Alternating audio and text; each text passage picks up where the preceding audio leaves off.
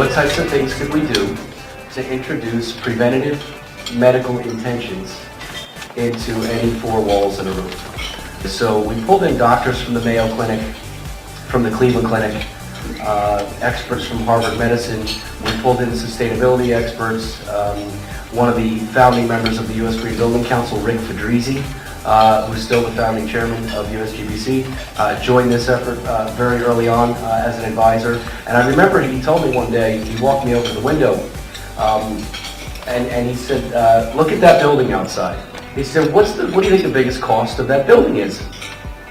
I didn't know where he was going with it at the time. I said, is it steel, cement, what have you? And he said, no, it's the people inside that building. But when you consider over 90% of the cost of any building are the people inside of it, salaries, wages, productivity, output, healthcare costs, that gets really exciting when you think of the economic prospects. We'll get to the societal benefits and the clear social play here, but the economic prospects for well building. Can well building be that next conversation in sustainability, and can it lead with a staggering economic argument? But when you consider where green building obviously primarily focuses on energy and environmental considerations and begins the conversation about people, well building really advances that. So the well standard construct is an output and performance based standard.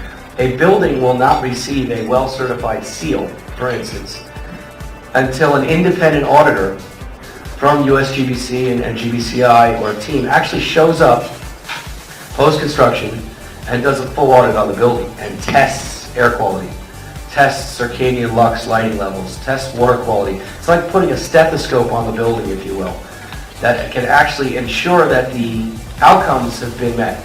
And it's being adopted, and I'm going to get into what's now amounted to be, after 1 year since launch, over 200 projects achieving well certification, pursuing well certification around the world, in 13 countries at this point. About 20% of the Fortune 100 already engaged in adopting the well building standard to their commercial offices. The bottom line is our bodies weren't built to be inside, particularly this much time. And then when you consider certain things like in 70% of the square footage on Earth, indoor air quality is worse than outdoor air quality, you start to think, okay, this really needs some attention.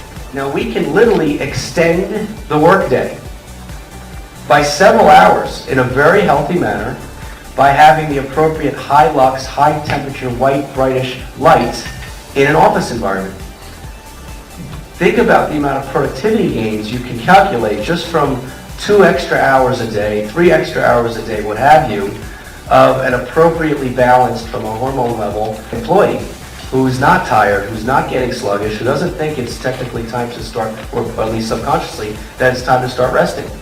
When CBRE became the first well-certified offices in the world, and they actually achieved LEED Gold, which they were planning for already, and well certification, over 100 inputs in the standard verified, for an incremental $140,000. They got a $10 million budget.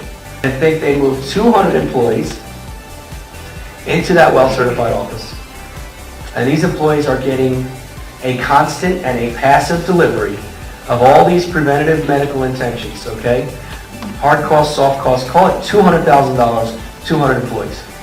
That's $1,000 per employee once. Amortize that over 10 years and you're talking about $100 per head per year. It's like 2 long lunches. The economics are here. The social proposition is clear. If we can passively introduce prevention into our daily lives, that's a home run.